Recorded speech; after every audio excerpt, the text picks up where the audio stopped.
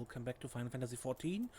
Yeah, he's still in Snowcloak with Moonbreeder, so let's see where she leads us next. If you ask me, there's not to be gained from mulling over the implications of your story in the freezing cold. Let's save it for the Rising Stones, then. I'll get everyone to meet us there. But before that, you had best pay a visit to Whitewind Front and speak with Alvino. He's probably worried sick about you.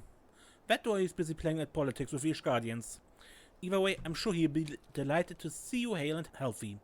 Speaking of which, you don't have a headache or anything, do you? No? Blood vision? Oh, no reason. See you again soon. She's still implying we imagined the whole thing with Iceheart turning into Shiva. Hey, Sir Emmerich. Here after all, yeah? That you stand here now is proof of your mission's success. Praise be to Alone.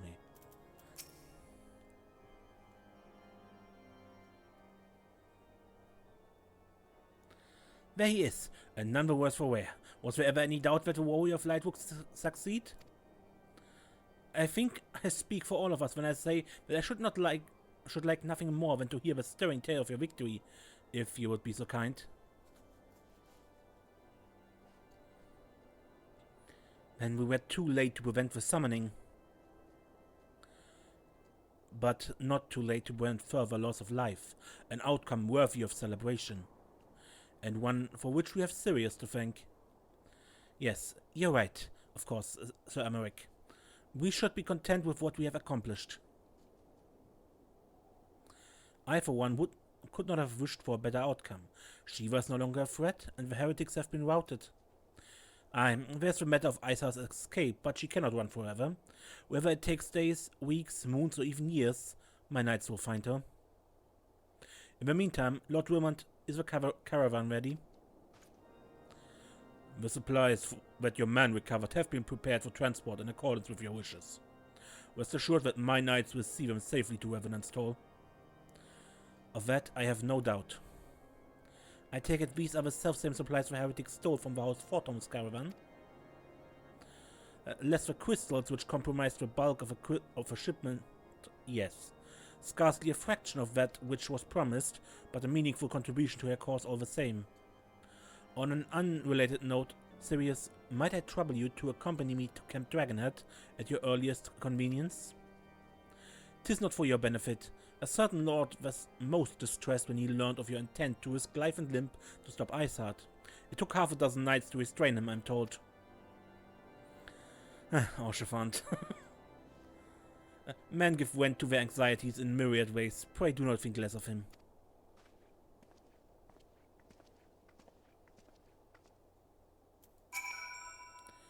It was well you came, else we wouldn't. Still the old text from the Hardmode dungeon.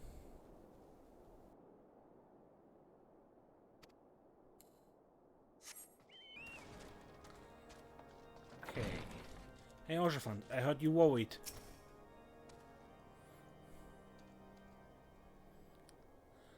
What were you thinking, Sirius? Waging your very being on a dubious theory which might allow you to enter Iceheart's lair, knowing full well that she could have sufficient forewarning to complete her summon ritual anyway? And then engaging the abomination in mortal combat? By the fury, Sirius, this is stuff of ballads. A battle for the ages. Would that I had been there to fight by your side. Yet here I was, forced to wait. Condemned to wander at the fate of a dear friend for a veritable eternity. I would not wish such torture on my most hated enemy. But you're here now, and that's what truly matters. Let us move on. Sir Emmerich wished to have words with you and Master Alvino in private. He awaits us in the intercessory.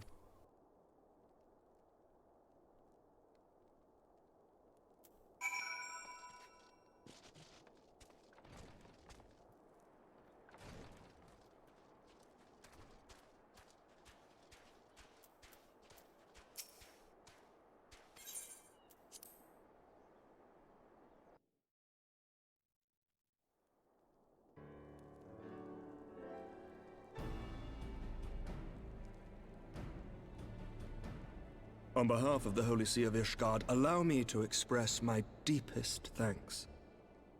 Never before have we been required to contend with a primal.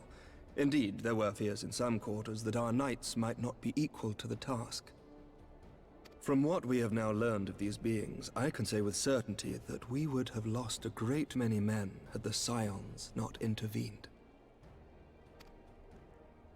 Then the argument for preemptive action should be self-evident. Perchance now you will reconsider my proposal that Ishgard move against Nautalon. Ere we first met, a similar proposal was tabled, but the Holy See decreed that we were to observe, and that military action should be taken only in self-defense. All things considered, it was not an unreasonable decision. Since the calamity, 2 vigils have fallen to the Horde, while Garuda has never shown any inclination to storm the gates of judgment. Which is why this unprecedented crisis and its resolution may prompt a change in policy. You who have faced these primals know well the threat they pose. Ishgard did not. Not until now. And there is naught like a brush with death to change a man's outlook. At the very least, this should silence any lingering objections to our arrangement with Revenant's Toll. The Holy See may even feel moved to grant us its formal endorsement. So far as it is possible, the Scions shall be compensated for their service. We should be grateful for any aid you can provide. As a gesture of good faith, I shall withdraw my previous request. Your people are doubtless needed elsewhere. That will not be necessary. We too have a vested interest in watching Dravania's movements. I see. Once more, I must thank you. Sir Emmerich, if I may, do you truly believe that Midgard-Zoma could return?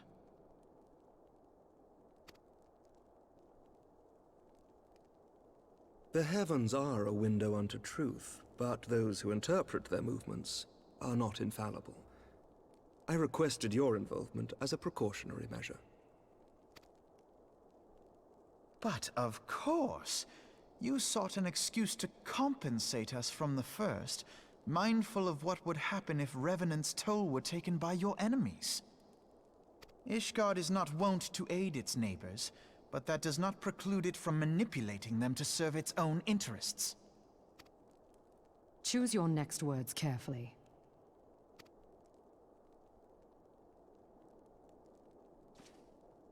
Do you know what sort of man becomes Lord Commander of the Temple Knights? One who comes from good stock. I did not. Yet here I am now. Why do you suppose that is? Because I swiftly learned to tell the difference between words, deeds, and beliefs. You are correct, Master Leveilleur. Ishgard desires to see Revenant's Toll flourish, as it would present a troublesome obstacle to our enemies from the south. We are so glad to be of use to you. As we are to you. Ours is a mutually beneficial arrangement, lest we forget, one born of necessity. The dragons grow more restless by the day, and the heretics harry us nigh without cease. We have contended with such troubles for centuries, but there are limits to even our endurance. Yet as a pauper is loath to part with his meager possessions, the leaders of Ishgard are not wont to render up their trust to outsiders. But with perseverance on our part, they may yet be made to see the light. Nevertheless, one must take care when walking the road less traveled. Wise words, Sir Emmerich. I shall make a point to remember them. I must apologize for my earlier outburst. I hope it will not sour our good relations. Not at all. You but spoke from the heart. I trust you understand that at times my duties may prevent me from meeting with you. On such occasions, my second-in-command will speak for me. Lucia, at your service. Pray excuse our reticence. We are but wary of speaking too freely. lest our sentiments be made known to our enemies. Know that the Lord Commander and I are of one mind. For the sake of Ishgard, and of Eorzea at large, I pray our peoples can put aside their differences. Those who dwell in the past risk losing sight of their future. You think of someone particular, don't you? Should aught befall one of our shipments, pray inform Lucia immediately. You may also relay to her any words you might have for me alone. Not being of Ishgardian birth, she owes no allegiance to any noble house, making her as near to incorruptible as one can find in my homeland. Suffice it to say, I trust her completely, and so may you. Which reminds me, Lord Orchefort, if you would be so kind? Certainly.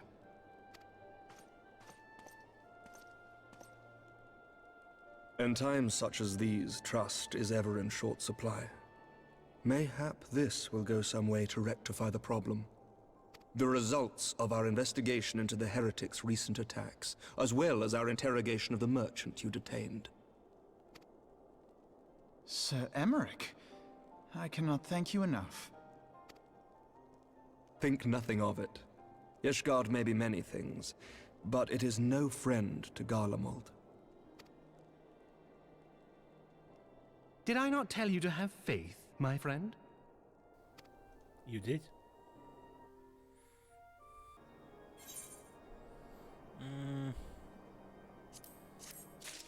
Let's take the axe.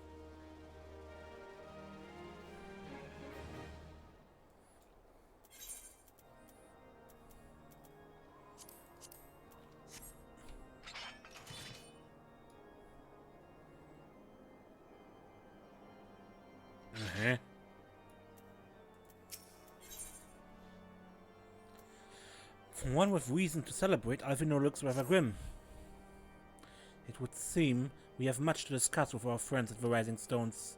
If what you say is true, Iceheart's method of summoning Shiva defies all precedent. It necessitates a complete reappraisal of a primal threat and our approach to combating it. Moreover, there are grave ramifications if word of this incident reaches Imperial ears.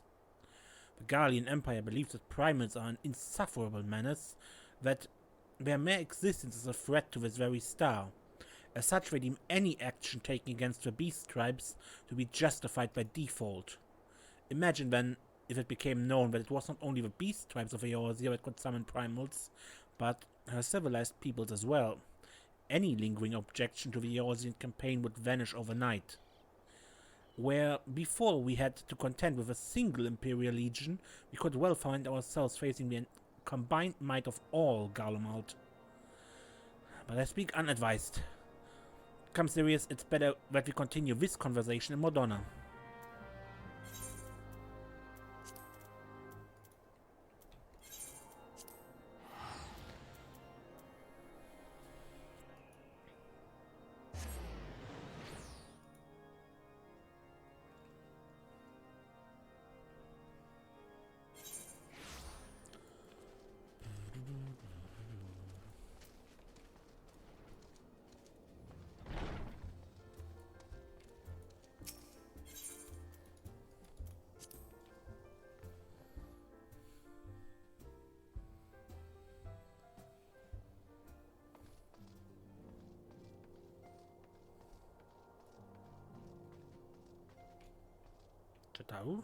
Back when you were juggling. There's little fortune and far less fame in being a receptionist, but one must be realistic. Also, it would seem that I was grossly misinformed regarding the average earnings of a street performer. Forgive me, Sirius. I thought I had prepared enough meals for everyone, but the others were most hungry. Okay. Guess I get nothing then. A sip before practice, a sip after practice, and all too often a sip during practice. I do believe Buddha is having quite the bad influence on you. Calm down, Cardinal. It's just a little sip after practice. Clear out the cobwebs should no end. Trying to tumble the table, are we? Don't give up yet, boy. Ida, line him up. You're pretty... you're right.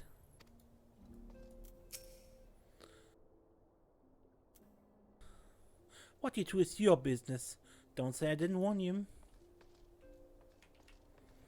Okay, Buddha has just drunk Frankfurt on the table, I guess. Not yet under. But we're close. We're close.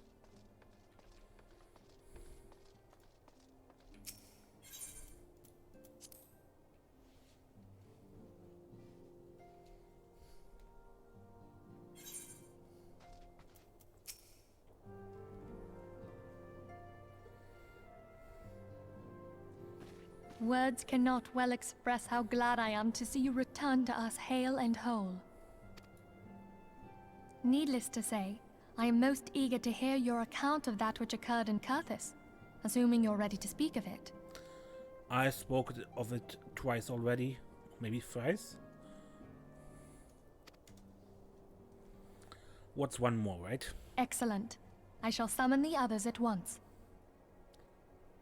I hope Fanquid manages to stand up.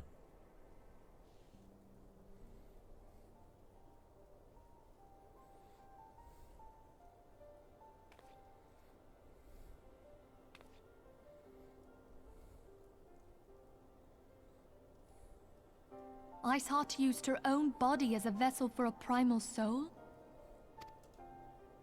Master Louisoix's writings make no mention of such a possibility. Can we be certain this entity was a primal? As certain as we can be that good King Mogulmog the 12th was a primal, I should think. Both were ostensibly summoned. Let's not quibble over definitions. Of more concern is the implication that Iceheart retained her will, even after she was possessed. We are talking about a mortal, wielding the power of a primal. It can't possibly be that easy, can it? There must be some sort of sacrifice required. Or maybe she's just special? What qualities this woman possesseth, I know not. But full sure am I that she was groomed for this role. Few are privy to the secrets of summoning, and but a single party standeth to profit from their dissemination. Well, I wouldn't presume to comment on how the lass came to know about summoning, but I will say that what she summoned was a primal. The readings were the same, or near as damn it. Strange as it all sounds, it's really no different from what you've faced before. Then mayhap it is time that we re-examined our previous encounters. Pack your things, Ida. We're going back to Gridania. Yes, sir.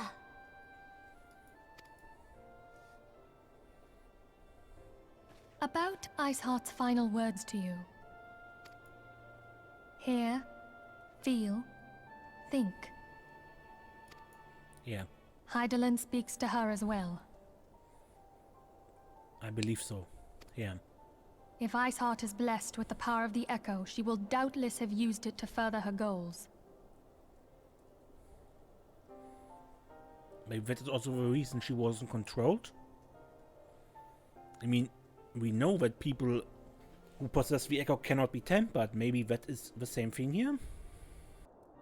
Or could it be that it was a revelation granted her by the Echo which first set her on this path? She did say that the Ishgardians were blind to the truth. Do you think she has knowledge of the origins of the Ishgardian-Dravanian War? It would do much to explain her unwavering conviction. Possibly. Did not the Lady Iceheart implore thee to seek the Keeper of the Lake? And did she not imply that in so doing thou wouldst come to see with eyes unclouded? Maybe I should go there then. Midgard Zoma was a king amongst kings who reigned for centuries on end.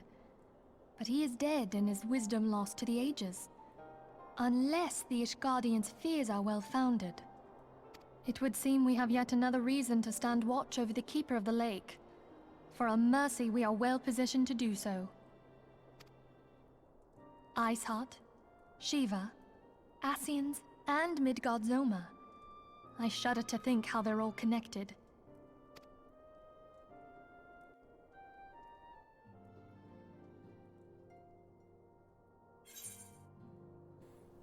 Okay.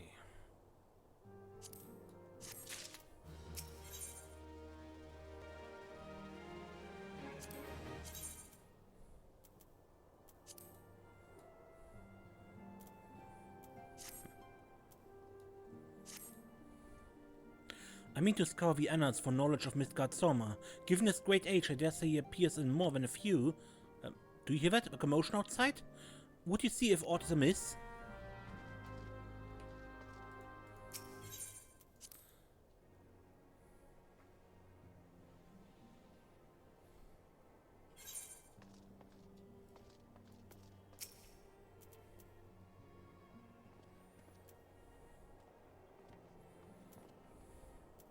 Serious. Just well we are on hand. We have a problem. Wyol has escaped.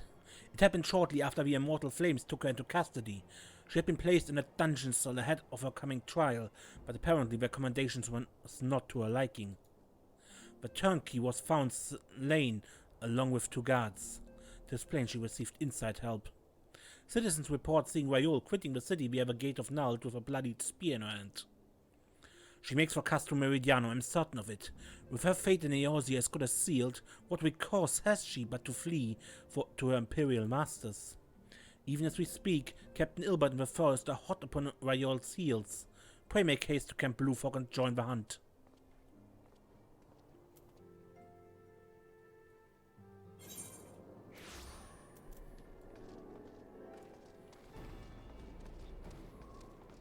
Captain? My thanks for coming, sire. I've spoken with the soldiers here. They say that Wyol walked through the camp not a bell ago. Aye, she walked right through. You did not miss him. We have Rauban's decision to keep the matter secret to thank for that. Bad for morale, he said. As a result, not a single flame in the garrison made any attempt to detain her, and so, here we are. Wyol must not be allowed to reach Castro Meridianum. New place, same character. Was that really necessary? I'd better be compensated for the additional exertion you caused me. Is he talking to the dead guy?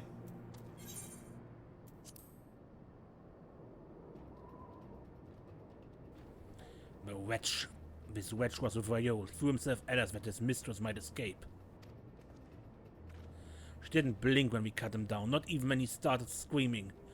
No loyalty even to her own, this goddamn harpy. Pah! With me, sire, we almost have her.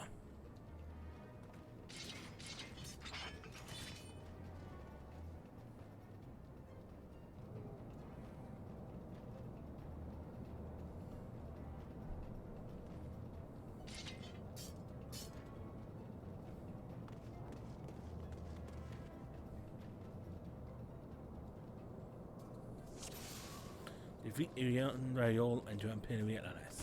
I want Wyol alive. Kill the rest. For Eorzea. You will not take me so easily this time.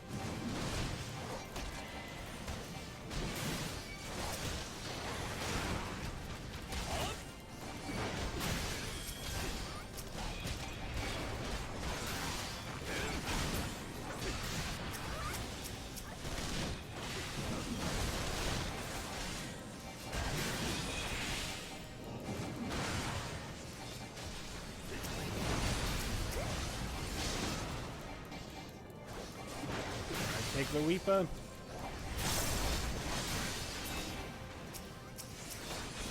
Oh. Enemy reinforcements. Look sharp, men. Show them no quarter.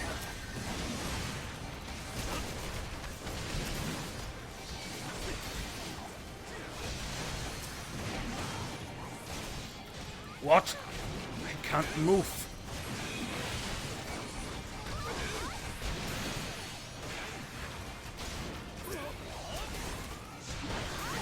More reinforcements? They really aren't paying me enough.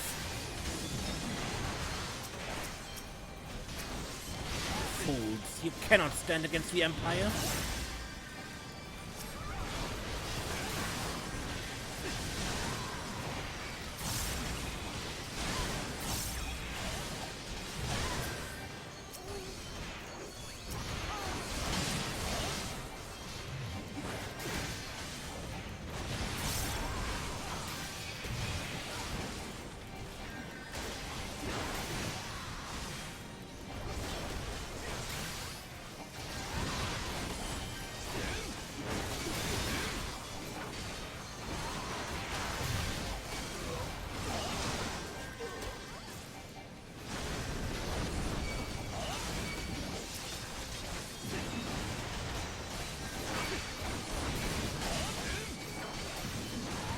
Forgive us our lateness. We're in your debt. Give me come Freud. The circus had us both to wander within. Lure the enemy to it.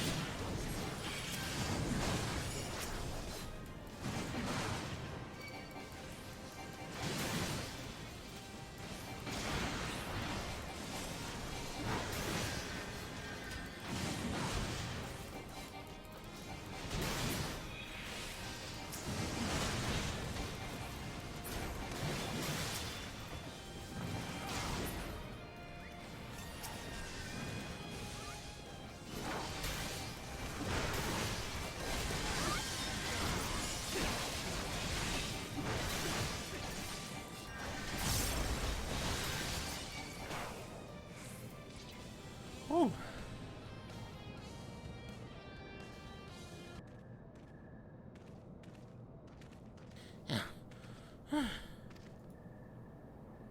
Bind her and do it tight. Yes, sir.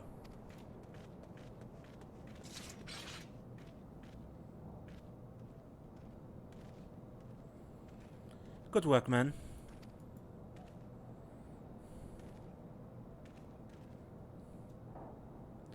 She and her Imperial cronies pushed us close, but we were better. Behold, a respected officer of the Immortal Flames. People looked up to you as one of the Order's founding members, one of its pillars. It saddens me to see you fallen so low. What would you know of low? You, a spoiled little lordling who has never known any want. People such as you take wealth and birth for granted. You think it your God's given a right to rule over others. You know naught of our plight, the injustice that we low-bornish guardians must endure. To the noble lords and ladies, we are not people but resources to be consumed. I did what I had to survive. Stealing, killing, even whoring myself. It's no fault of mine if fools imagined me a paragon when I joined the Flames. To hear you tell it, one would think you the only person ever to have suffered. In case you've forgotten, Rauban himself was born into poverty, as was I. We lived hand to mouth with little more than the shirts on our backs. Hunger was our constant companion. Yet never did we bemoan our lot in life, nor did we begrudge others their fortunes. We accepted the hand that we have been dealt, and played it to the best of our ability. Life was a battle, aye, but no matter what fate threw at us, we took it on the chin and came back for more. Everything we have, we fought for. How are we any different then? 'Tis true that we are both mercenaries of low birth, and it's true that we both had our fair share of struggles. But whereas I sold my sword, you, Marshal, you sold your comrades. If life has taught me one thing, it is that you never betray your own. I would sooner cut off my own arm than raise a hand against a friend. But enough talk. You will return to Ulda to face justice and the people whose trust you have dragged through the gutter.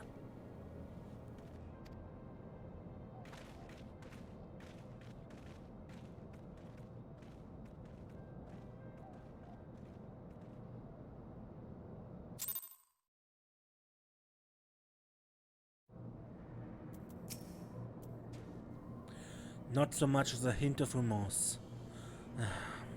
'Tis well that this sordid business is finally at an end. A friend's betrayal cuts deeper than steel. We must hope that we have chosen our own allies more wisely than Rauban chose his.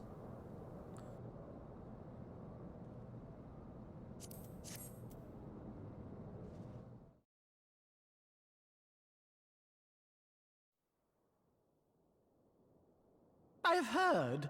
Truly bothersome business. No, I do not foresee a problem on that front. The main concern is Rauban. There is no telling what the brute might do. Have the blades watch him in the flames day and night. You may leave the Sultana to me. I shall personally attend her grace.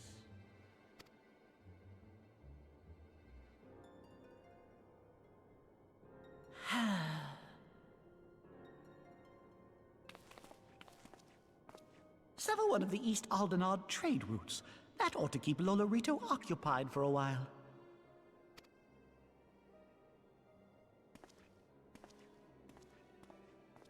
Nanamo Ulnamo. For my sake, pray be a good little Sultana to the last.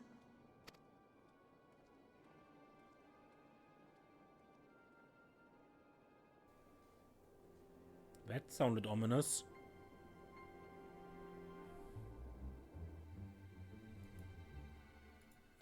Anyway, I think I end the episode here.